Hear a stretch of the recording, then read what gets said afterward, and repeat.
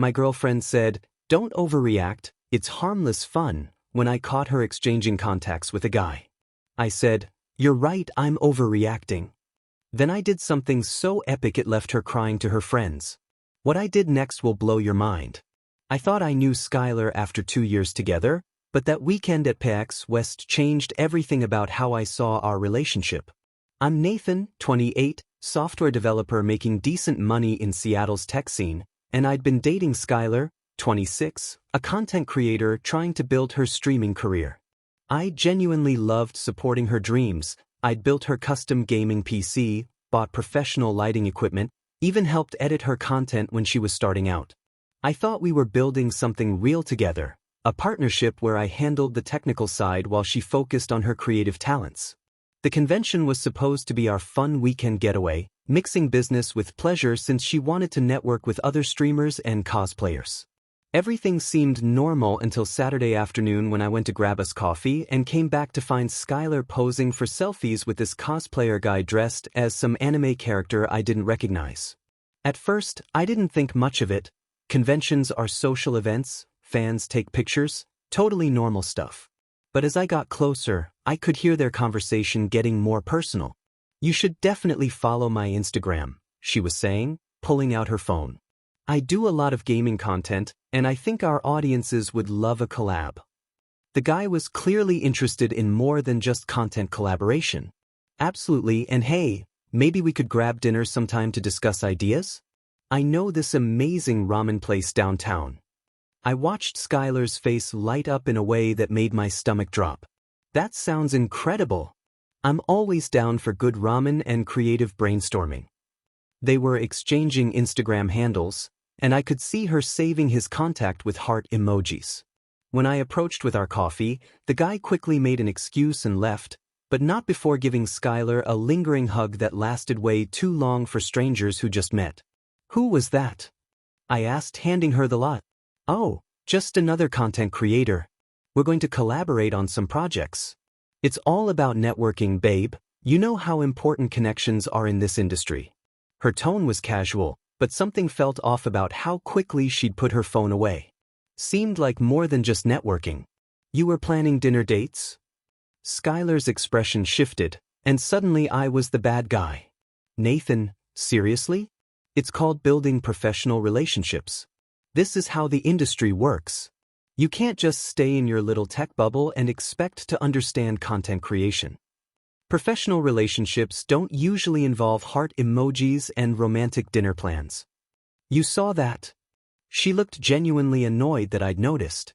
"Look, presentation matters in this business. Being friendly and approachable is part of my brand. If you can't handle me being social and building connections, maybe you need to examine your own insecurities." The gaslighting was immediate and practiced.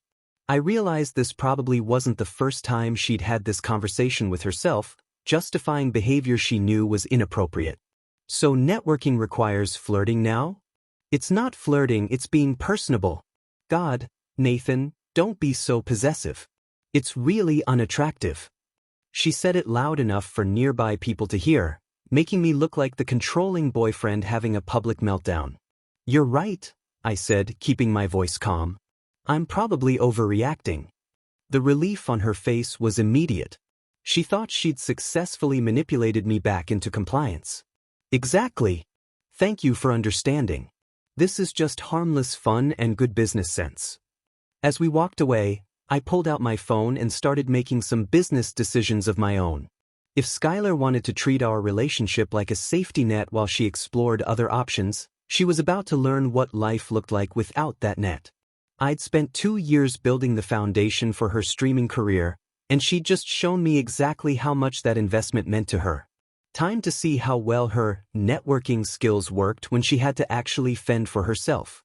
While Skylar worked the convention floor building her professional relationships, I headed back to our hotel room to make some strategic business decisions of my own.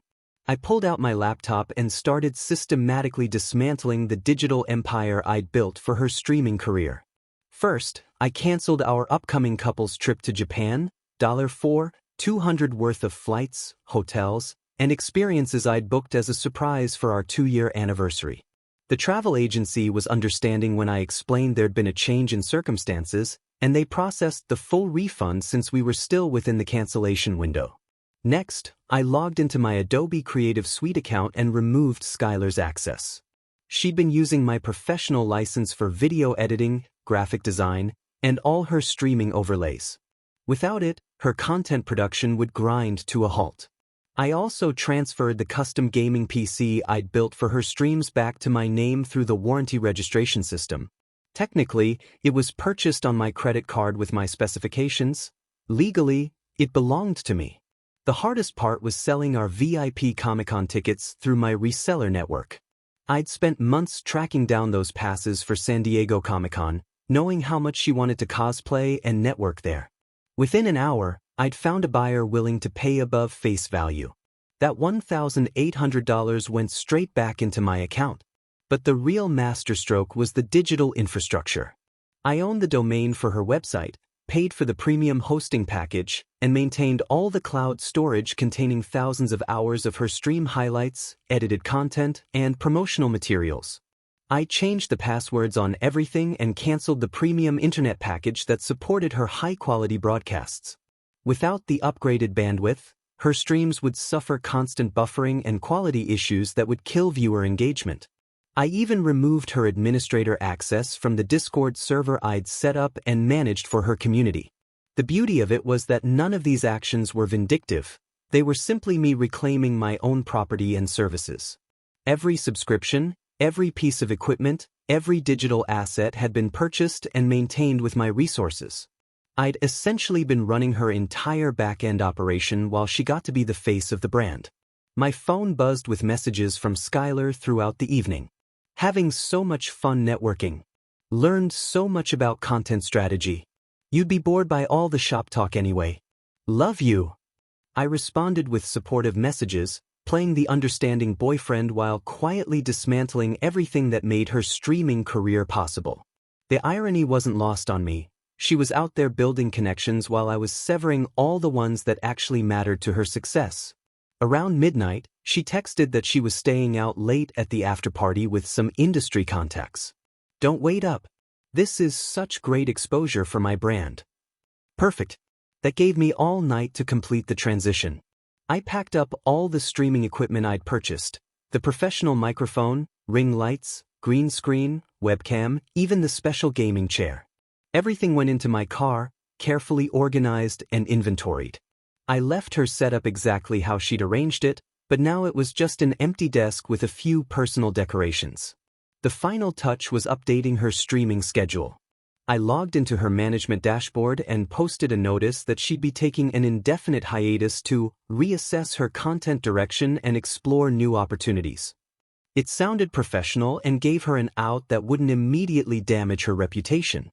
By 3 a.m., I'd systematically removed every piece of infrastructure that supported her streaming career while maintaining plausible deniability. If anyone asked, I was simply reorganizing my own assets and giving her the independence she clearly wanted. The best part was that she'd walked right into it by dismissing my concerns as possessiveness and jealousy. She'd essentially given me permission to stop being so invested in her career success. Skylar stumbled back to our hotel room around 6 a.m., reeking of alcohol and wearing a satisfied smile that told me her networking had gone exactly as planned. I was already up, drinking coffee and checking my emails like nothing had happened.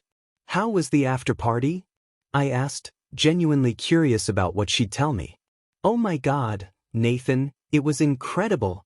I met so many amazing creators. There's this whole community I never knew existed, and they're all about supporting each other's content. I think I'm finally starting to understand how to really build my brand.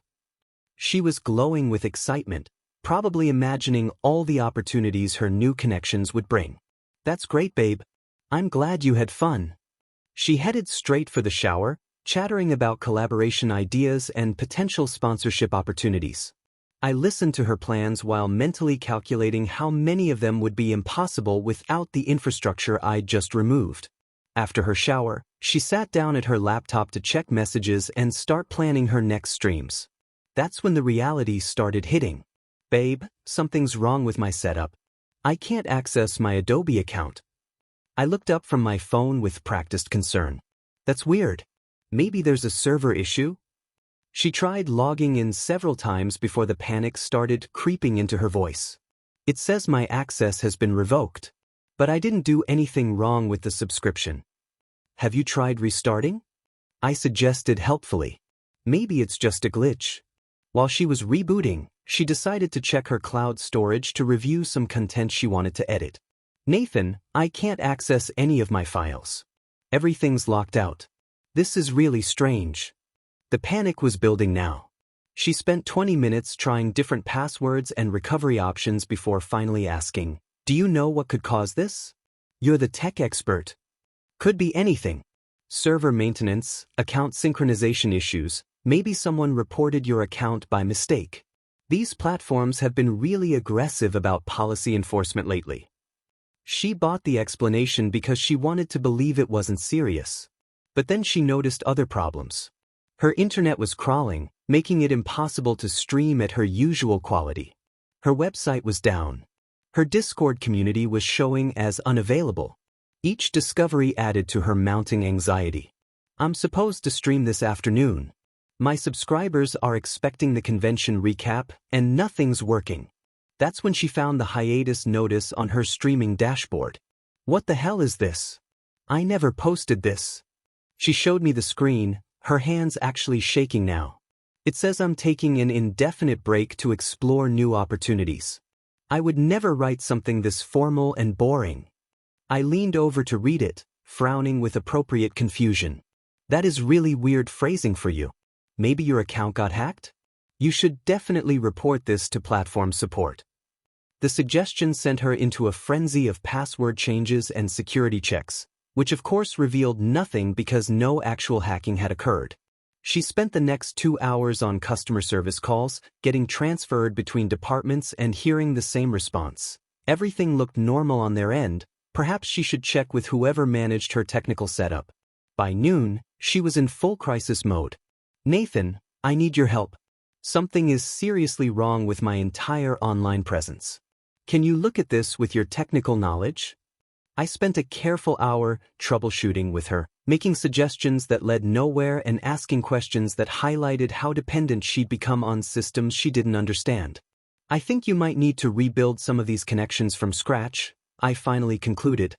"Sometimes platforms get corrupted and the only solution is starting fresh." Starting fresh? Do you know how much work went into building all of this? The irony was delicious. She was finally understanding the value of infrastructure just as she was losing access to it. "I know it's frustrating, but maybe this is an opportunity to apply some of those networking strategies you learned last night. Didn't you say there was a whole support community ready to help each other?" Her face fell as she realized that Instagram follows and flirty conversations weren't the same as actual technical assistance. They're content creators, not IT support. "I need someone who actually knows how these systems work." "Well, I'd offer to help more, but I thought you wanted to be more independent with your career stuff. Didn't you say I needed to stop being so involved?" Desperation makes people do stupid things, and Skylar's next move was spectacularly stupid. Instead of quietly working to rebuild her technical setup, she decided to go public with her crisis. That evening, she posted a tearful live stream from her phone titled, "When Your Boyfriend Sabotages Your Dreams." I watched from the coffee shop downstairs as she painted herself as the victim of a controlling, manipulative partner who couldn't handle her success. "I've been building this amazing community, networking with incredible creators, and growing my brand," she sobbed into her front-facing camera. "But some people can't handle when their partners start becoming independent and successful. They'll sabotage your equipment, lock you out of your accounts, anything to keep you dependent on them." The comments started flowing immediately. Her regular viewers were sympathetic, offering support and sharing their own stories of toxic relationships. "You deserve so much better, Queen," and "drop that dead weight," filled the chat. For about an hour, it looked like her victim narrative was working perfectly. She was getting the sympathy and attention she craved while positioning herself as a survivor overcoming adversity. But then something beautiful happened. Our mutual friend Mike, who'd been at the convention and witnessed her flirtation festival, started sharing screenshots in various Discord servers. Images of Skylar's Instagram stories with the cosplayer, showing heart-eye emojis and captions like, "Found my new creative partner. Can't wait to see where this collaboration goes," winking-faced. More damaging were the private messages that somehow made it into the screenshots. Messages where she told the cosplayer, "I'm practically single anyway, my boyfriend doesn't understand my career, and maybe after this convention I'll finally have the courage to make some changes in my life." The narrative began shifting rapidly. Her viewers started connecting the dots between her networking activities and the sudden technical problems. Comments turned from supportive to skeptical. "Wait, so you were planning to leave your boyfriend while he was supporting your career?" And "Those don't look like professional collaborations to me," started appearing in her stream chat. Skylar tried damage control by deleting the incriminating Instagram stories, but the screenshots were already circulating. She claimed the messages were taken out of context, that she was just venting to a friend about relationship stress, but the evidence spoke for itself. "She'd been advertising her availability while enjoying the benefits of my support." The situation got worse when other people from the convention started sharing their own stories about Skylar's behavior. Multiple creators confirmed she'd been approaching guys with similar lines about being ready for new creative partnerships and looking to connect with people who really understand the industry. The community that had initially offered sympathy began turning on her. Content creation is a small world, and reputation matters enormously. Brands that had been considering sponsorship deals quietly backed away. Other streamers who'd planned collaborations started canceling meetings. Her attempt to garner sympathy had backfired spectacularly by exposing the very behavior that had caused our problems in the first place. The worst part was watching her try to backtrack in real time. She started claiming she'd been hacked, that someone was impersonating her, that the screenshots were doctored. But the timestamps and metadata were all there, and people in this community know how to verify digital evidence. Each lie she told dug the hole deeper, destroying whatever credibility she had left. By the end of the week, her follower count had dropped by 30%, and the engagement on her remaining posts was brutal. Comments sections filled with people calling out her dishonesty and warning others about working with her. She'd managed to cancel herself through her own manipulative behavior. The beautiful irony was that she'd done exactly what she accused me of doing. She'd sabotaged her own career through her choices and actions. All I'd done was stop subsidizing the infrastructure that made her bad behavior possible. Meanwhile, I was getting messages from friends who'd seen her stream, asking if I was okay and offering support. People who knew us both could see through her narrative immediately. They'd watched me spend 2 years building her career and knew I'd never sabotage something I'd invested so much time and money in creating. While Skylar was busy trying to salvage her reputation online, I was quietly packing up my life and moving out of our shared apartment. She'd been so focused on damage control that she hadn't noticed me systematically removing everything I'd brought to the relationship. The timing was perfect. She was spending 12 hours a day at coffee shops trying to rebuild her streaming setup and manage the PR disaster, which gave me complete access to retrieve my belongings without drama. I left behind a carefully itemized invoice on the kitchen counter, $31,647 worth of equipment, software licenses, promotional materials, convention expenses, and technical services I'd provided over 2 years. Gaming PC with custom specifications, $3,200. Professional lighting kit, $800. Audio equipment and microphones, $1,200. Adobe Creative Suite licenses, $600 annually. Web hosting and domain registration, $400. Cloud storage and backup services, $300. Convention tickets and travel expenses, $4,800. The list went on for 3 pages, detailing every financial contribution I'd made to her streaming career. At the bottom, I wrote a simple note. "Since you're now independent and building your career through networking, I'm sure you understand that our business partnership has concluded. Best of luck with your new collaborations." The beautiful thing about the gaming and streaming community is how quickly word spreads, especially when someone's reputation gets destroyed. Skylar's networking contacts, from the convention proved completely useless when she actually needed help. The cosplayer she'd been flirting with blocked her after she became too clingy and desperate, constantly messaging him about collaboration opportunities and hinting that she was now single. Other creators she'd approached with her practically single routine started sharing screenshots of her increasingly frantic messages. She was begging for technical help, equipment loans, even basic advice about setting up streaming software. These people had been interested in flirtation, not actual professional relationships, and her desperation made them uncomfortable. The contrast between her online persona and her private neediness was startling to people who barely knew her. Her parents refused to bail her out financially after she was forced to explain how she'd managed to destroy a stable 2-year relationship and tank her streaming career in the same weekend. They'd met me several times and liked me, so her attempts to paint me as controlling and abusive fell flat. You threw away a good man who was supporting your dreams for attention from strangers at a convention? Her mother apparently said, according to mutual friends.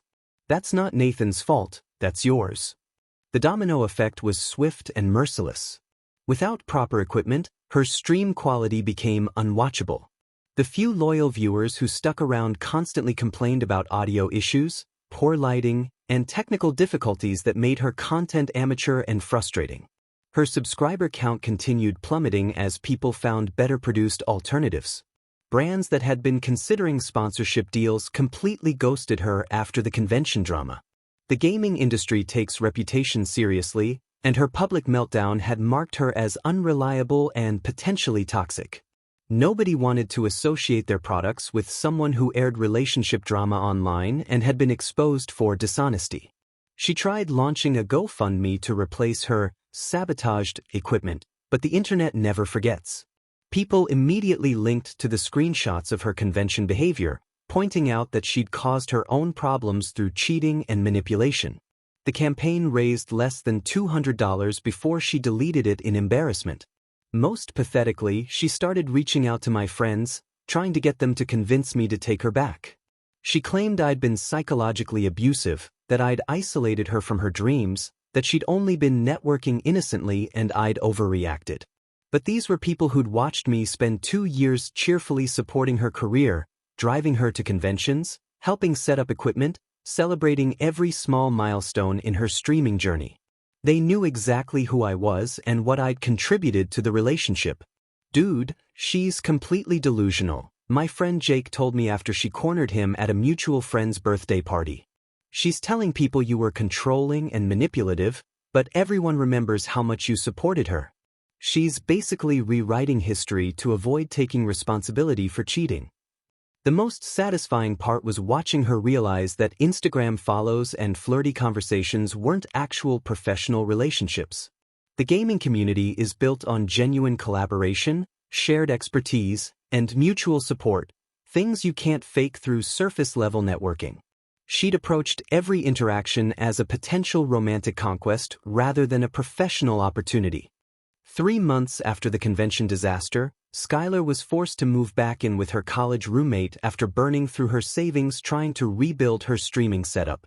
The roommate situation was awkward since everyone in their friend group knew what had happened, and nobody was particularly sympathetic to someone who'd torpedoed a good relationship for convention attention.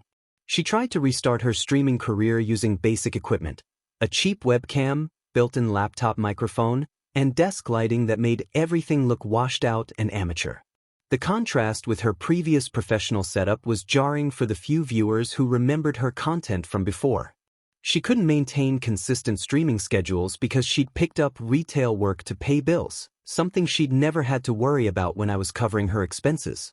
Her attempts to create a survivor's journey narrative about overcoming relationship trauma and rebuilding her life fell completely flat.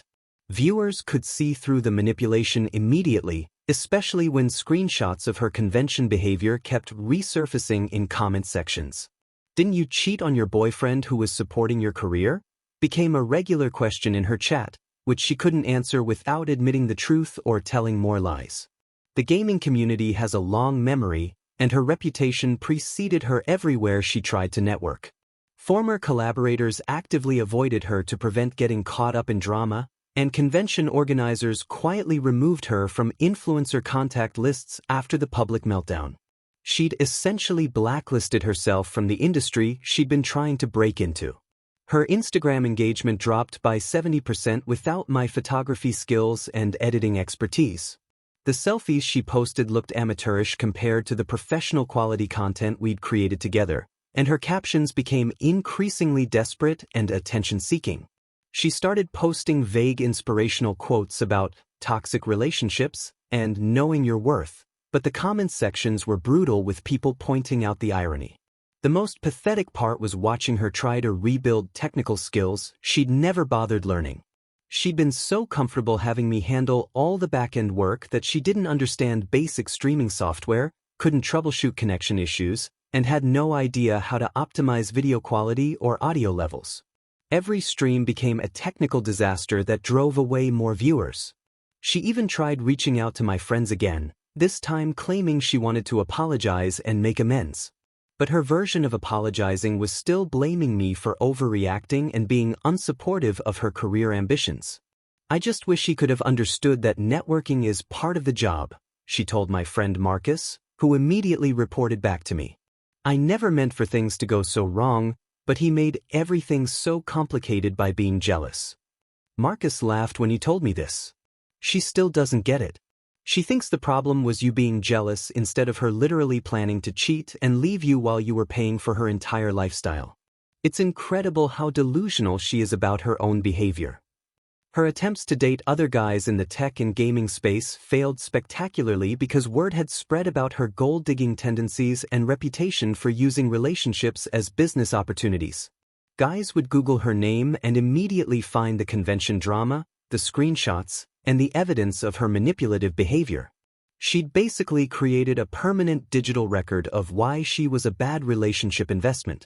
The few dates she managed to secure ended quickly when she started hinting about needing help with equipment purchases or suggesting that supporting her career would be a great way to show commitment.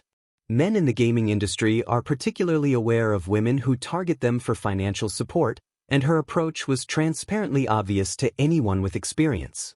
She tried launching a new YouTube channel focused on lifestyle content instead of gaming, but without any technical skills or genuine personality beyond surface-level attractiveness, her videos were unwatchable. She couldn't edit, didn't understand lighting or sound, and had no interesting perspectives or experiences to share. Her subscriber count never broke triple digits, and the comment sections remained hostile with people linking to her past drama. 6 months after our breakup, she was working full-time retail, living with a roommate who charged her market-rate rent, and streaming to audiences of fewer than 10 people. Her social media presence had devolved into desperate thirst traps and bitter posts about men not appreciating real women. The transformation from confident influencer to bitter retail worker was complete, and it was entirely self-inflicted through her choices at that convention. 6 months later, I ran into the cosplayer from the convention at another gaming event in Portland. He recognized me immediately and came over with this sheepish expression on his face. "Hey, you're Nathan, right? Skylar's ex-boyfriend?" When I nodded, he shook his head and laughed. "Dude, I owe you an apology. I had no idea she was in a serious relationship when we met. She told me you guys were practically broken up and just living together for convenience." He went on to explain that Skylar had contacted dozens of content creators after the convention, claiming to be single and looking for creative partnerships. She'd been running the same game on multiple guys, presenting herself as available while enjoying the benefits of my support. She was texting me constantly, wanting to meet up, talking about moving to my city to collaborate. It got really clingy really fast, and when I started backing off, she got nasty. Called me a user and said I was just like all the other guys who led her on. The irony was perfect. She'd accused me of sabotaging her career when she'd actually destroyed her own reputation by being desperate and manipulative with every potential connection she made. Meanwhile, my life had improved dramatically. I'd channeled my frustration into launching my own YouTube channel focused on tech reviews and gaming hardware recommendations. All those skills I'd developed supporting Skylar's content, video editing, audio optimization, lighting techniques, suddenly became valuable assets for my own projects. My channel grew steadily because I actually understood the technical side of content creation and could provide genuinely useful information to viewers. Within 6 months, I had more subscribers than Skylar ever had, and I was getting approached by tech companies for sponsorship deals. The best part was that I was dating Jessica, a software developer who worked at a gaming company and actually understood both technology and the industry. She contributed equally to our relationship, had her own career ambitions, and respected boundaries like a mature adult. "I can't believe someone would throw away what you were offering," Jessica told me after hearing the story. "Any content creator would kill to have that kind of technical support and partnership." She was basically living the dream setup. Jessica and I attended PX East together, where we ran into several people who knew about the Skylar situation. The contrast was stark. Jessica networked professionally, exchanged business cards with genuine collaborators, and never once made me feel like she was shopping for better options. She introduced me proudly as her boyfriend and partner, not her technical support. That's when Skylar made her final desperate play.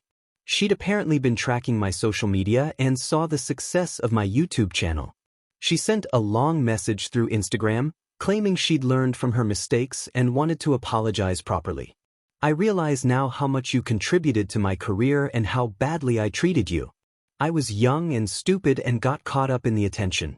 I miss what we had, and I think we could build something even better now that I understand how partnerships really work." The message was carefully crafted to hit all the right notes, taking responsibility, acknowledging my contributions, promising change. But it was too little, too late, and completely transparent. She wasn't sorry about hurting me, she was sorry about losing her meal ticket and watching me succeed without her. I showed the message to Jessica, who laughed out loud. "She's watching you build the career she thought she deserved, and now she wants back in." Classic. I didn't reply to Skylar's message, but I did post a video about my setup and workflow that indirectly showed how successful my channel had become. The comments section filled with people praising my content quality and asking for more tech tutorials. Several mentioned that they'd followed me after hearing about drama with my ex, and they were glad to see me thriving. The ultimate karma came when Skylar's retail job fired her for constantly being on her phone and trying to film TikTok videos during work hours. She'd been attempting to rebuild her online presence through short-form content, but without any technical skills or interesting personality, her videos flopped. Her final social media posts were bitter rants about how unfair life was and how successful men only wanted women who would worship them. Then she disappeared from social media entirely, presumably moving back home with her parents. The cosplayer sent me one last update months later. She contacted me again asking for help getting back into content creation. Said she'd learned her lesson and just needed someone to give her another chance. I told her she burned that bridge when she lied about being single. Some people never learn. She'd gone from having everything handed to her, professional equipment, technical support, financial backing, and genuine partnership, to working retail and living with her parents, all because she thought she could trade up at a convention. The beautiful irony was that her networking strategy had backfired so completely that she'd blacklisted herself from the very industry she'd wanted to conquer.